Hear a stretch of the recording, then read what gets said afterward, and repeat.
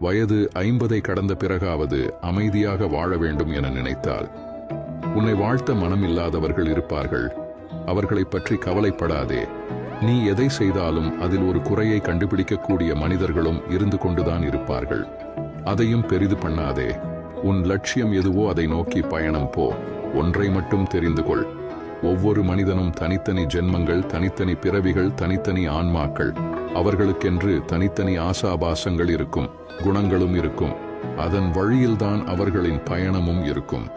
அவர்களை ஒழுங்குபடுத்துகிறேன் என்று வேதனைகளை சுமந்து கொள்ளாதே. அவர்கள் போகும் வரை போகட்டும். போய் ஒரு அனுபவத்தை பெற்ற பின் திரும்பி வருவார்கள்.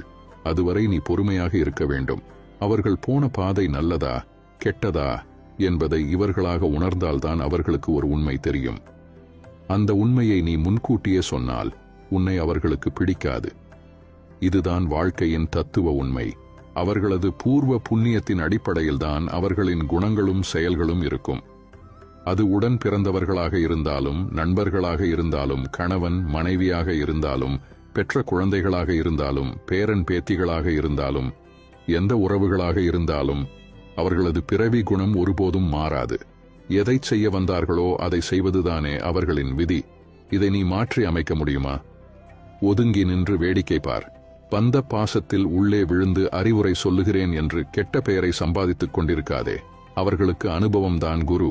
செயற்கையாக ஒரு குணத்தை உருவாக்கி உன்னிடம் அன்பை காட்டினாலும் தான் யார், தன் குணம் என்ன என்பதை ஒரு நாள் வெளிப்படுத்தி விடுவார்கள். எதையும் ஏற்றுக்கொள்ளும் பக்குவத்தோடு இருந்து கொள்ள பழகிக்கொள். நாம் வந்து போகும் உலகத்தில் பிறந்திருக்கிறோம்.